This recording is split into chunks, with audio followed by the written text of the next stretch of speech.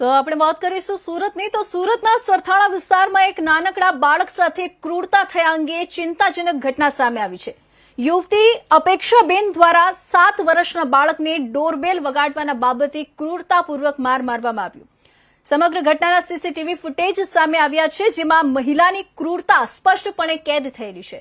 યોગી ચોક silicon રેસિડેન્સીમાં રહેતા એક બાળકને તેની જ બિલ્ડિંગમાં રહેતી મહિલાએ જમીન પર ઢસડી અને પટકીને માર માર્યો હતો. આ ઘટનામાં બાળકના પેટના ભાગે તેમજ જમણા પગના સાઈડમાં ઈજા પહોંચી છે અને પગ સોજી ગયો છે. ન્યાય મેળવવા માટે બાળકના પિતાએ સરથાણા પોલીસ સ્ટેશનમાં અરજી આપી હતી, જે બાદ મહિલાને પોતાની ભૂલનું ભાન થયું અને તેણે આ કૃત્ય બદલ માફી માંગી. તેણે કહ્યું, હું સ્વીકારું છું અને આવી ભૂલ કોઈએ કરવી નહીં. હવે હું ચોક્કસ પૂરેપૂરું ધ્યાન રાખીશ કે આવું ફરી ન થાય. પોલીસના જણાવ્યા પ્રમાણે મહિલા સિલિકોન રેસિડેન્સીના C3 પહેલા માળે રહે છે અને તેની સામે કાયદેસરની કાર્યવાહી કરવામાં આવી છે.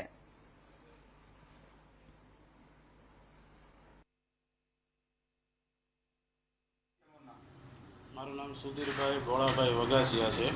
હું સિલિકોન રેસિડેન્સીમાં રહું છું અને મારા છોકરાને 9 તારીખે સાંજે 9 થી 10ના ગાળામાં ઢોર માર મારવામાં આવ્યો છે. તો મને ખ્યાલ નહોતો. 10 વાગે હું નીચે ઉતર્યો, કલાક પછી મને ખબર પડી. ત્યાં મને બાળકોએ કીધું કે તમારા છોકરાને માર્યો છે. એટલે મેં એના ગાલ ઉપર સાંભા પડી ગયા હતા અને મેં એને જોયું કે ભાઈ ગાલ ઉપર સાંભા પડી ગયા છે, આંખ સોજી ગઈ છે. એટલા માટે મેં સીસીટીવી ફૂટેજ એના ચેક કરવા માટે મારા C3ના પ્રમુખને, C3 બિલ્ડિંગના પ્રમુખને મેં જાણ કરી કે મારા છોકરાને માર માર્યો છે, મારે સીસીટીવી કેમેરા જોવા છે. તો પ્રમુખે મને બીજે દિવસે સાંજે સીસીટીવી કેમેરા જોયા. ઓફિસમાં મેઇન કેમેરો છે એ ચેક કર્યો અને અમારી બિલ્ડિંગની નીચે કેમેરો ચેક કર્યો. તો ઢસડીને ખૂણામાંથી લાવે છે, પિલોર પાસે ત્યાં પહેલાં ઢસડીને ત્યાં લાવે છે, ત્યારે માર મારે છે. ત્યારે ઢસડીને લાવ્યા પછી પિલોર પાસે એને ઘા કરે છે અને માર મારે છે. માર માર્યા પછી એ સીસીટીવી ફૂટેજમાં રેકોર્ડ છે. એટલે અમે બીજે દિવસે સરથાણા પોલીસ સ્ટેશનમાં. નામ અપેક્ષા ઋત્વિક વૈષ્ણવ છે. હું સિલિકોન રેસિડેન્સી C3માં રહું છું.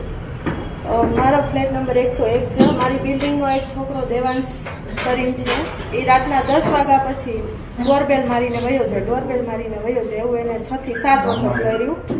એટલે 4 વખત પછી મેં દરવાજે રહીને જોયું કે કોણ આવી રીતના કરે છે. ત્યારે એ હતો, એને મને આખા સિલિકોનમાં 10 બિલ્ડિંગમાં ચક્કર મારવી અને મેં પૂછ્યું કે તારા પપ્પાનું નામ શું છે? તો કે મને નથી ખબર. એવા જવાબ આપતા મેં એને 2 થી 3 ઝાપટો મારી.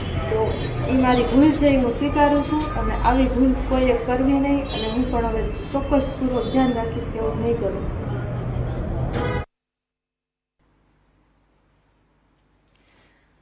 તો આ તરફ સુરત શહેરના સરથાણા વિસ્તારમાં એક ચોંકાવનારો બનાવ સામે આવ્યો છે, જ્યાં 7 વર્ષના બાળકને એક મહિલાએ ક્રૂરતાપૂર્વક માર માર્યો હોવાનો આરોપ છે.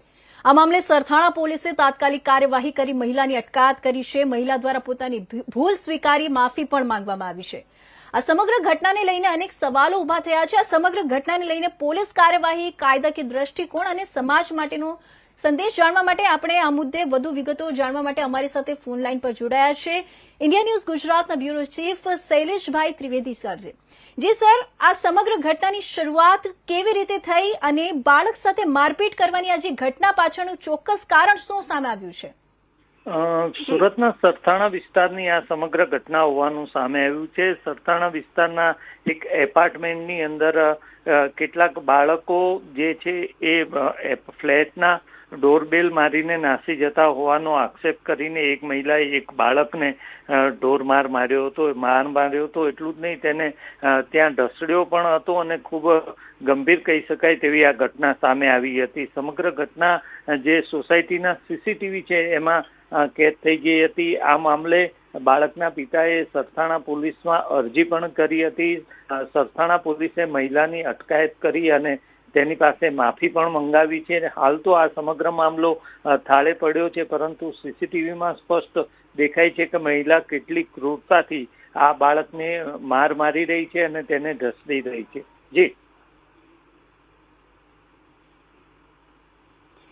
જી સર, સીસીટીવી ફૂટેજ સામે આવ્યા બાદ જે રીતે બાળક સાથેની ક્રૂરતા સામે આવી છે તેને તમે કાયદા અને સમાજ બંનેના દ્રષ્ટિકોણથી કેવી રીતે જુઓ છો?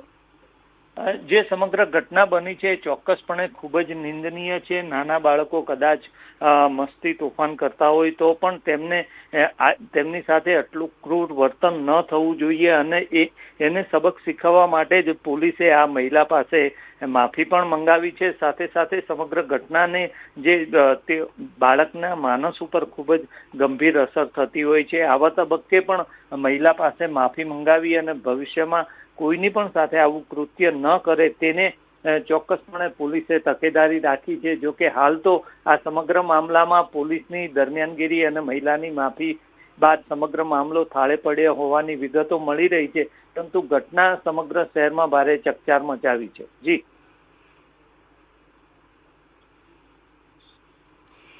જી સર, ખૂબ ખૂબ ધન્યવાદ આ મહત્વપૂર્ણ માહિતી આપવા બદલ.